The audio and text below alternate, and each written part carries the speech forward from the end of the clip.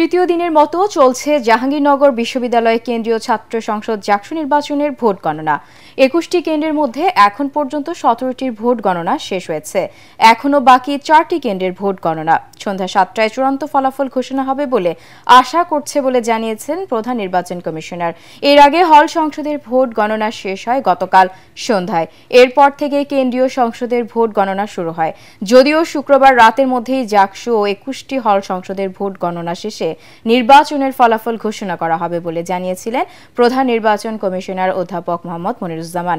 এর আগে নির্বাচন কমিশনের সদস্য সচিব এ.কে.এম. রাশিদুল আলম জানিয়েছিলেন, শুক্রবার রাত ১০টা থেকে ১১টার মধ্যে সম্পূর্ণ গণনা শেষ করে বেসরকারিভাবে ফলাফল প্রকাশ করা যাবে।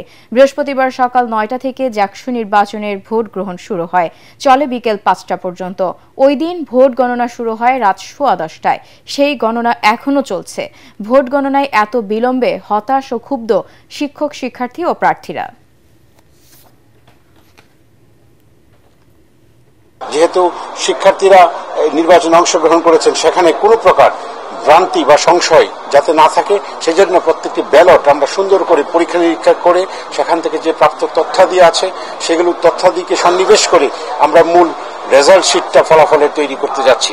তো সেই ক্ষেত্রে একটু সময় বেশি লেগেছে, কিন্তু আমাদের সবকিছু রেকর্ড আছে। সেই রেকর্ডের উপর ভিত্তি করে আমি আপনাদের কাছে বলছি যে সেই রেকর্ডগুলো থেকে যে প্রাপ্ত ফলাফলটা আছে সেই ফলাফলটা অত্যন্ত নিখুঁত হবে বলে আমরা বিশ্বাস করি।